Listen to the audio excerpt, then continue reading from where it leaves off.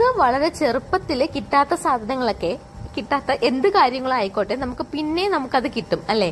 അതുപോലെ തന്നെ നമുക്ക് കുട്ടിക്കാലത്ത് കിട്ടിക്കൊണ്ടിരുന്ന പല സാധനങ്ങളും പിന്നെ കിട്ടാതെ ആവുന്നുണ്ട്. അതുപോലൊരു സംഭവമാട്ടോ ഈ രാത്രി അമ്പലത്തിൽ പോക്ക്, ഉത്സവം. എന്താന്ന് വെച്ചാൽ എന്റെ വീട്ടില് ഞാനും എന്റെ സിസ്റ്ററും മാത്രമേ ഉണ്ടായിരുന്നുള്ളൂ, അമ്മ. അപ്പൊ ഞങ്ങൾ മൂന്നാളും കൂടി ആയിരുന്നപ്പോ തന്നെ ഞങ്ങളുടെ വീട്ടിനടുത്ത അമ്പലങ്ങളിൽ ഉത്സവങ്ങളിൽ വരുമ്പോ വൈകുന്നേരം എഴുന്നള്ളത്ത് കാണാനായിട്ട് പോവും. പിന്നെ സന്ധ്യ ആവുമ്പോ അമ്പലത്തിൽ പോയി തൊഴുക, ഒരു കുറച്ചു നേരം അവിടേക്ക് ഒന്ന് കറങ്ങി നിന്നിട്ട് അപ്പോഴേ അമ്മ ഞങ്ങളെ കൂട്ടിങ്ങി വീട്ടിൽ വരും. ഒരു 10 മണിക്ക് മുന്നേ എന്തായാലും വീട്ടിൽ കയറും. രാത്രി ഗാനമേള കാണാൻ ഇരിപ്പോ അല്ലെങ്കിൽ നാടകം കാണാൻ അങ്ങനെയൊന്നും ഇരിക്കാറില്ല. അതൊക്കെ നമ്മൾ ഈ നോട്ടീസിൽ വരുമ്പോ കാണും, പിന്നെ വീട്ടിൽ ഇരുന്ന് കേൾക്കാം, അത്ര മാത്രമേ ഉള്ളൂ.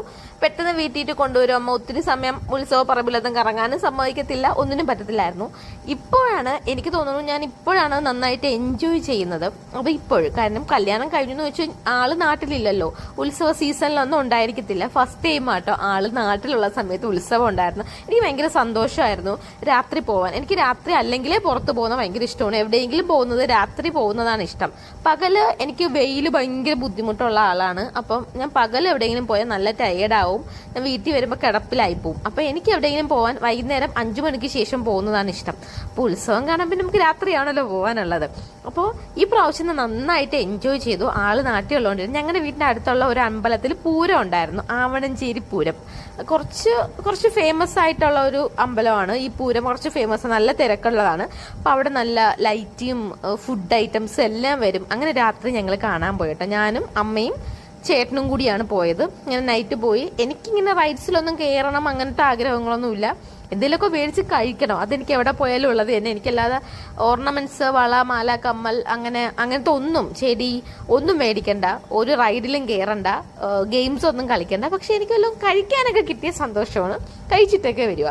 അങ്ങനെ ഞങ്ങൾ അവിടെയൊക്കെ കറങ്ങി നടന്നു. പ്രാർത്ഥന ഞാനും ചേട്ടനും അമ്പലത്തിൽ കയറിയില്ല, എനിക്ക് കോവിലിൽ കയറാൻ പറ്റത്തില്ലായിരുന്നു. സോ പുള്ളിക്കാരനും കയറിയില്ല, അമ്മ മാത്രം കയറി തൊഴുതിട്ട് പുറത്തിറങ്ങി കേട്ടോ. എന്നിട്ട് ഞങ്ങൾ അവിടെയൊക്കെ കുറേ നേരം നിന്ന്. ഇതില്ല ലൈറ്റിംഗ് ആയിരുന്നു കേട്ടോ അവിടെ കുളത്തിൽ കാണാൻ പറ്റുന്ന നിഴല് നല്ല ഭംഗിയുണ്ടായിരുന്നു. ഇവർ ആർച്ച് കെട്ടി വെച്ചിട്ടുണ്ട്, ആർച്ചിലും കാണാം, അതിന്റെ തന്നെ ഒരു പ്രതിരൂപം നമുക്ക് കുളത്തിലും കാണാൻ പറ്റുമായിരുന്നു. അങ്ങനെ കുറേ നേരം അതൊക്കെ പോയി എൻജോയ് ചെയ്ത് നിന്നു.